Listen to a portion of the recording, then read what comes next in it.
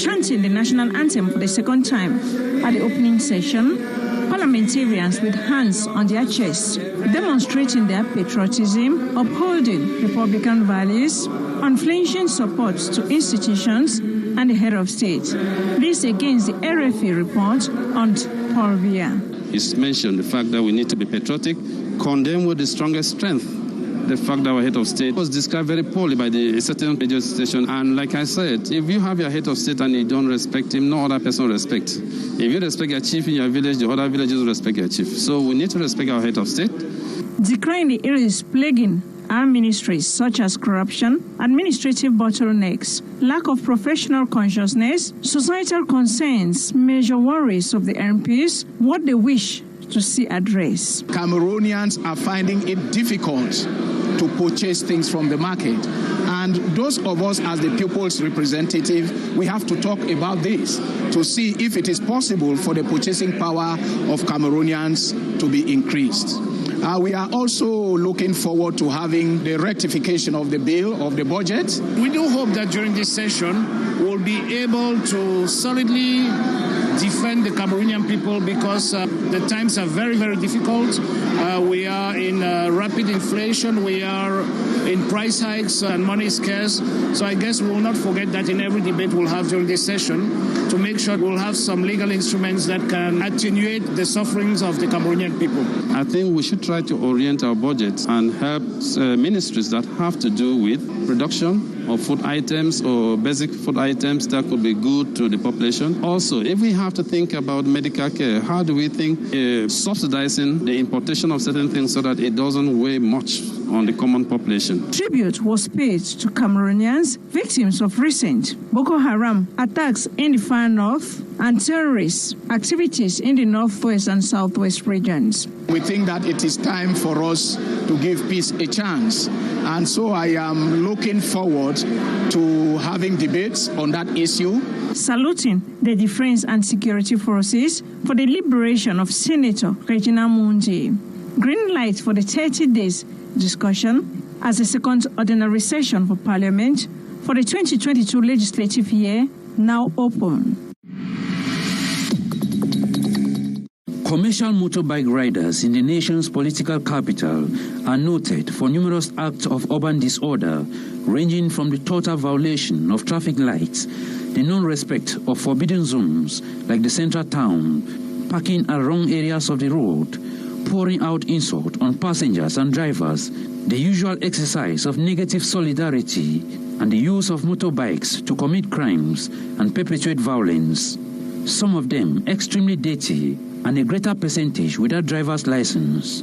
It is against these numerous irregularities that a senior divisional officer from Fungi, Emmanuel Mireille Digdent, and the Yaoundé City Mayor, Luc Messi Atangana, brought together bike riders' representatives from the 7 subdivisions of the city to pull their ears on such reigning disorder. We have seen that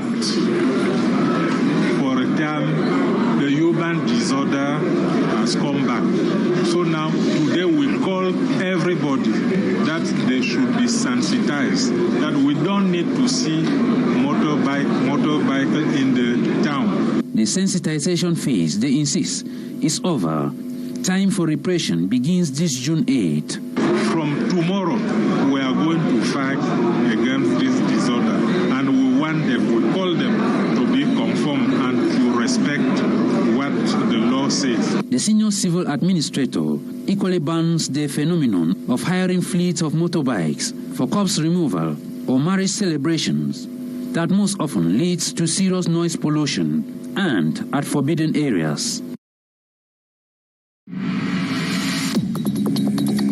These gallons of 20 liters contain a total of 10,000 liters of illicit fuel, referred to as Zwazwa, seized by the Gaoundere Hakomi Zone 3 authorities. They are smuggled beneath the stroke. At the illicit commercial center, custom authorities discovered a huge quantity of illicit fuel in this part of the truck, with about 300 cartons of mobile phones and 5,000 carts of tramadol, commonly called tomatoes, by commercial bike riders and taxi drivers in Gaoundéré.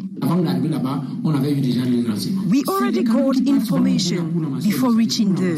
They are people who often travel to Nigeria to get these prohibited drugs or illicit items. They come and play over our intelligence with onions. They get to the Cameroonian borders and fill the truck with onions and granules. You have seen for yourself, whereas they are hiding prohibited items. We have found phones, drugs, and illicit Nigerian fuel.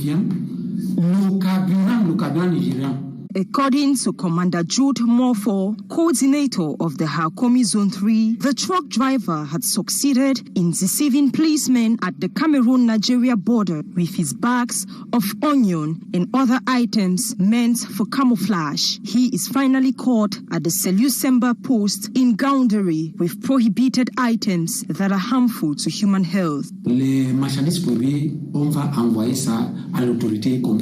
The prohibited products will be sent to the concerned authorities, and the other items, such as phones, will be customized. Neither the penalties nor the money is important. I only care about the security of Cameroonians, because no matter how people try to hide prohibited items, even in their panties, I will remove them. You have seen for yourself how these products are hid. The fraudulent techniques used nowadays to smuggle prohibited items into the country are well masterminded, but thanks to custom authorities whose eyes and ears are open to fish out these prohibited items. L'hymne national chanté pour la deuxième fois en un laps d'environ 5 minutes. La main sur le cœur cette fois, la représentation nationale invite à plus de patriotisme. Rien ne pourra déstabiliser le Cameroun, même pas la récente chronique du journaliste de RFI au sujet du séjour privé du couple présidentiel en Suisse. Je voudrais interpeller l'opinion et le peuple camerounais afin qu'ils ne se laissent point distraire par les atermoiements d'un professionnel manifestement égaré. Comme dirait le chien aboie, la caravane passe. L'insécurité dans l'extrême nord, la crise anglophone avec le kidnapping, puis la libération il y a quelques jours de la sénatrice Regina Mundi, entre autres sujets qui préoccupent. Plus loin, Cavaillé Dibril dénonce. C'est le lieu pour moi de dénoncer des mots endémiques qui plombent l'action des préfets et des sous-préfets dans les 10 régions. Force doit rester à la légalité. Au cours de la session parlementaire du mois de juin ouverte ce mardi 7, les députés examineront les problèmes phares de la nation. Et on fera tout pour qu'au sortir de cette session, qu'il y ait au moins un début de structuration au niveau des instruments législatifs pour essayer d'améliorer le quotidien des Camerounais, très très difficile en ce moment. Nous allons essayer de voir si on peut orienter le budget de l'État vers les ministères qui ont affaire avec les productions de la nourriture pour voir si l'État peut aider, pour donner les subventions. Le ministre d'État, secrétaire général de la présidence de la République, rehausse de sa présence la cérémonie d'ouverture de la 2e session ordinaire de l'Assemblée nationale au titre de l'année 2022. Sanitaire que j'ai évoqué tantôt, les menaces actuelles sur la paix mondiale, les changements climatiques entraînent des défis inédits pour la croissance, la sécurité et la stabilité pour l'ensemble de notre pays. Et les pays avoisinants et lointains. Mes chers amis, nous avons remarqué récemment la flambée des prix sur nos marchés.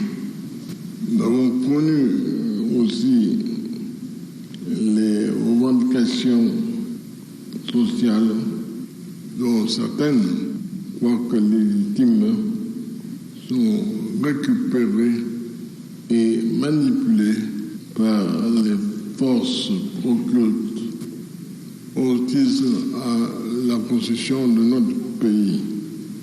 Le débat d'orientation budgétaire qui attendra au cours de cette session nous appellera plus particulièrement à plus d'attention et à plus de travail qui nous permettra d'identifier les investissements pour l'avenir, notamment dans les domaines du numérique, des infrastructures, de la recherche, de l'éducation et surtout dans le rattrapage de notre retard occupant de l'offre d'énergie. Autour du maire de la ville de Yaoundé et du préfet du Foundi ce 7 juin, les présidents des associations de mototaxis des 7 arrondissements que compte le département, accompagnés de quelques-uns de leurs membres. Face au retour en force du désordre observé dans cette section du transport urbain, les autorités veulent passer de la carotte au bâton.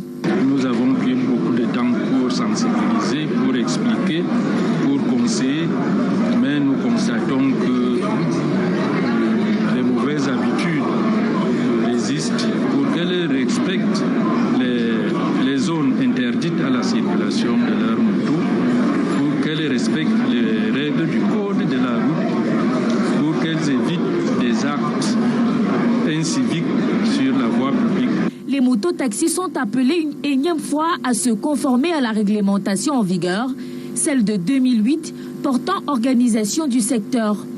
D'ailleurs, un contrôle systématique se prépare afin de contrer la sempiternelle question d'occupation anarchique des zones interdites aux 2 roues. Dès demain, 8 juin, toute moto trouvée sur une zone interdite sera mise systématiquement en fourrière. L'édile précise aussi que les engins sans immatriculation auront du mal à être restitués.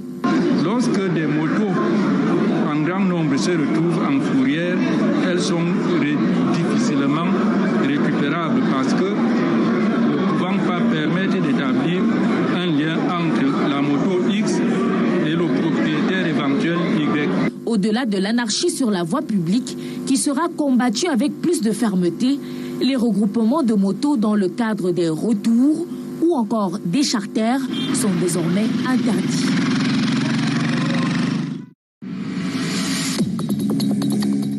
Recent statistics from the Ministry of Public Health shows that there has been a drastic drop in the cases of COVID-19. This, according to the Regional Delegate of Public Health for Littoral, proves positive, but laments on the reluctance of the population to get the COVID test. Many people are behaving like COVID is over, as if COVID is no longer a threat. We have realized that statistics of positive cases have reduced, but alongside that, we have seen that the number of people who come to get themselves vaccinated has equally reduced, which doesn't mean the COVID is over. The public sector has been drilled to bring together members of different health districts in Littoral this June 7th, 2022. It consisted of the Bali, Daido, Bangé, and Nilon health districts, and they were urged to intensify their trends on monitoring COVID-19 in their various health districts. Some hospitals have systematically stopped doing the tests, and that is why the Minister of Public Health asks that we relaunch with all the COVID-19 activities. The Ministry of Public Health insists and calls on the population to get themselves vaccinated and tested, for COVID-19 still exists. Same way he insists on health districts to improve on the application of safety measures to avoid the spread of the deadly virus. Their meeting was under the theme, "Let's protect ourselves." Illicit financial flows, fraud, kidnapping, human trafficking, cybercrime, corruption cuts across national borders, facilitated today through the use of the information and communication technologies. These varied threats pose significant risk to peace, stability, and prosperity of nations, and so the need for a more dynamic approach. Forensic science brings together all the different methods of analysis based on science, technology, and mathematics investigation in a broad and holistic approach. Reason for a new forensic perspective for the fight. The very first area is the fight against white-collar crimes, which means money laundering, counter-terrorism financing, fraud, corruption, and embezzlement. And the second key area of focus will be the fight against cyber terrorism and misinformation, what we term fake news. The third area of concentration will be digital transformation and innovation. And finally, we are going to look at critical infrastructure protection. The Cameroon 7th Conference Global Opportunity to discuss how to minimize these vices. It is an opportunity for us to build capacity, exchange ideas, and above all, start having conversation on how to establish a critical infrastructure protection task force or commission for this country. The 1,500 participants expected cuts across the critical infrastructure industries: finance, communication, telecommunications, health, national security, education, and agriculture, among many. The Yaoundé Conference of the International Institute of Certified Forensic Investigation Professionals will run from July the 19th to the 21st, 2022. Cooking gas has become a rare commodity for the Yaoundé inhabitants and domestic retailers. They decry the rareness as it's very difficult for them to have the necessity. It is not going. I have been moving since morning looking for gas, but no way.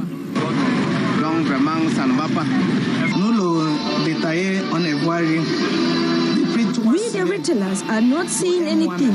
It is 3 weeks now to 1 month that there is no gas, and all the brands. Many do believe that cooking gas is fast, economical, and far more comfortable, especially for city dwellers. With the situation now, there is no choice than to resort to the traditional alternative, preparing meals using wood or using charcoal. It is not easy, but there is always a second option. We can use wood and even charcoal. According to wholesalers, the insufficiency is due to the problem of importation and that the production in Cameroon is not sufficient to meet the growing demand.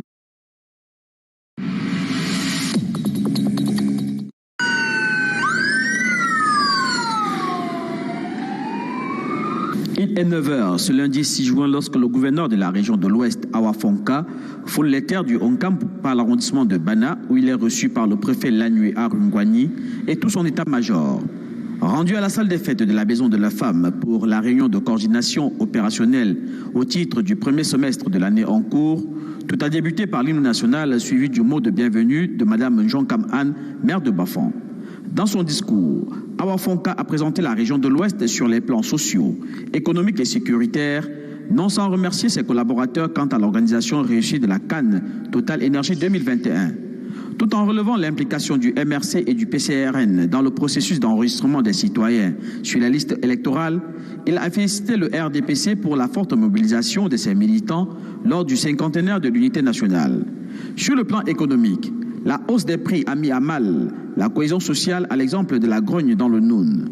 Sur le plan sécuritaire, des efforts ont été faits ça et là pour résorber le problème des gangs de malfrats ainsi que la prise en charge des réfugiés du Nozo. Apprécie toutes les mesures qui ont été prises par les collaborateurs, les chefs traditionnels, les religieuses, les ONG et les autres qui les accueillent au quotidien. C'est une mesure à apprécier. Awa Fonka a également clarifié la situation des chefferies traditionnelles. Cette décision a été déjà prise par la très haute hiérarchie. J'étais tout simplement en train de rappeler aux collaborateurs qu'il y a suspension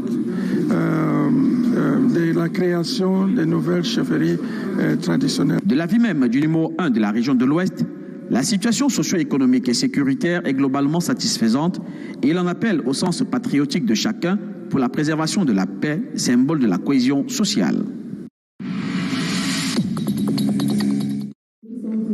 Ils viennent de 3 districts de santé de la ville de Douala que sont Daido, Mbangé et Nilong. Ce sont des personnels de santé qui constituent les équipes d'intervention rapide pour le contrôle et la surveillance de l'épidémie à Covid-19 dans la région du littoral. L'initiative va durer 3 mois. Elle va consister à vraiment aller renforcer, rechercher de façon active les cas pour qu'on soit sûr que la période d'accalmie que nous vivons est vraiment une période d'accalmie.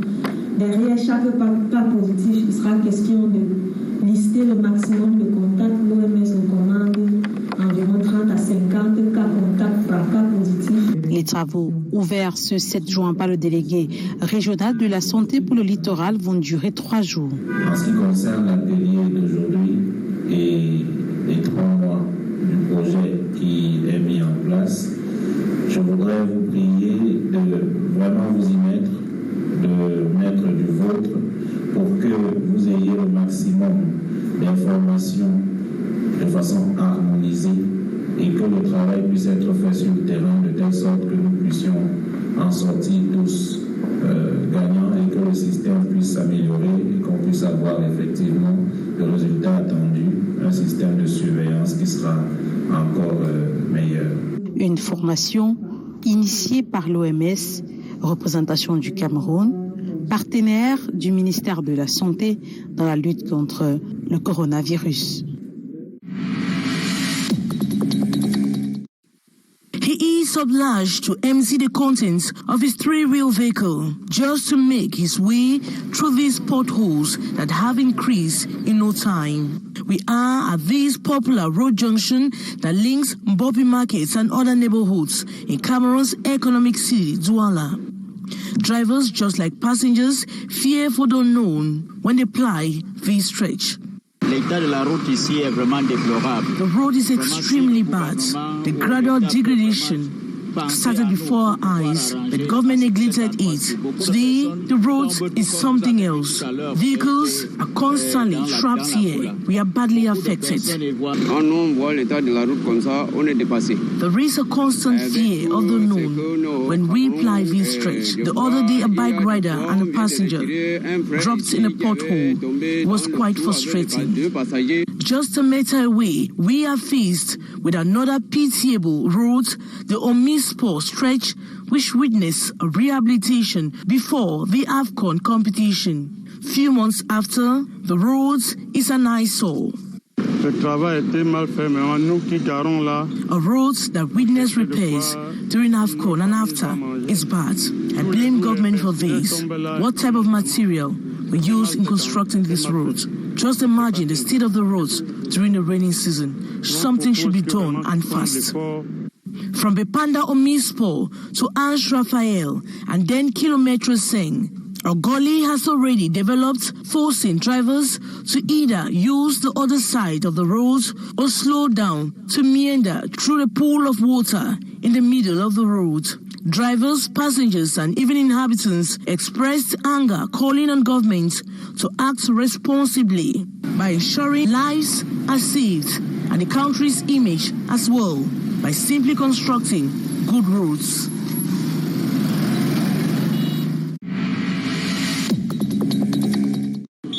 C'est le complexe multisport de Bafoussam qui a servi de cadre pour le lancement de la saison sportive 2022 à la Ligue régionale de handball de l'Ouest. Pour cette saison, 6 équipes de 6 départements sur les 8 ont répondu présents. La participation aussi massive des amoureux du handball et la présence du délégué régional des sports de l'Ouest, aux côtés du président de la dite ligue, a donné du tonus aux joueurs qui se sont déployés avec dynamisme sur l'aire de jeu pour marquer les premiers bons points. Oui, c'est vraiment officiel, c'est parti. Je suis heureux de savoir que tous ceux qui ont été programmés sont là. J'attendais 6 départements. Les 6 départements sont là. 6 sur 8, je pense que c'est une bonne moyenne. Jusque l'année dernière, j'ai joué avec 5. Le public attentif et motivateur a assisté aux 3 premières rencontres de handball de la saison. L'engagement des équipes désireuses de marquer les premiers points a relevé le niveau des oppositions. Au-delà des félicitations, le patron des sports à l'Ouest a prodigué quelques recommandations. Oui, la recommandation, c'est que les équipes soient, n'est-ce pas, toujours prêtes à nous donner ce bon spectacle et que les cadres, n'est-ce pas, techniques soient derrière ces enfants pour les entraîner. Il ne faut pas qu'on les abandonne. Il y a beaucoup d'espoir, n'est-ce pas, quand on voit ces jeunes jouer. Et nous pensons que le handball, n'est-ce pas, va combler le vide que le football va laisser bientôt. Côté athlète, la confiance baigne. Moi, j'ai trouvé la première manche du match assez passable. Ce qui nous a manqué sur la deuxième manche, c'était le moral. On a fait une très belle première mi-temps. Bon, c'est vrai qu'on aurait pu tenir, mais bon, sauf que l'équipe n'a pas un moral. C'est ça qui nous a un peu dééquilibré à la seconde période. Mais avec un peu de travail, ça va aller. On est très confiants et puis on sait qu'on peut remporter cette coupe régionale. Le meilleur est à venir.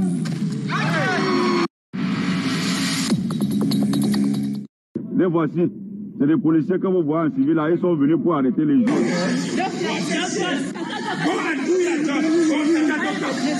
Ces images et ces réactions sont celles d'une partie des membres de la délégation des Lions de moins de 17 ans, encore sur le sol tanzanien, 2 jours après leur élimination dans la course à la Coupe du Monde féminine des moins de 17 ans, Inde 2022. Selon le staff technique, 6 joueuses, le médecin de l'équipe et un membre de l'encadrement technique ont été testés positifs avant la rencontre de dimanche dernier et retenus dans un hôtel de la place en Tanzanie.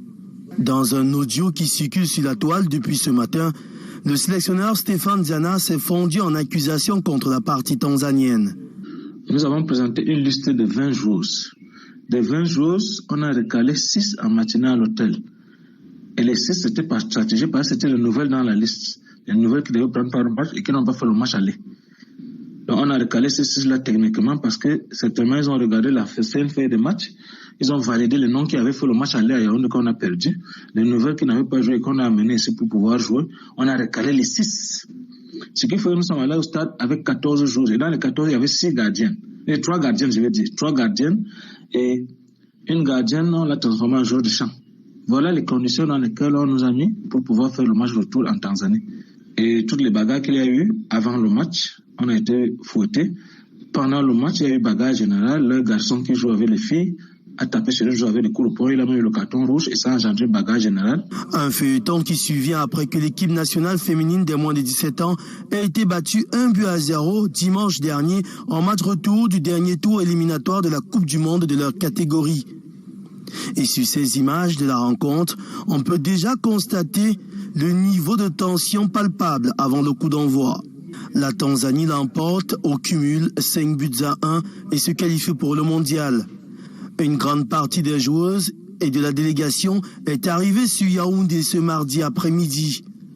En attendant la situation des autres encore bloqués en Tanzanie, officiellement pour Covid-19 ne trouve une issue favorable d'ici là. Les dirigeants de la Fédération camerounaise de football, encore silencieux sur cette scabreuse situation, vont atterrir en Tanzanie en compagnie des Lions indomptables ce mardi soir en prévision du match des éliminatoires de la CAN 2023 prévu ce jeudi face au Burundi.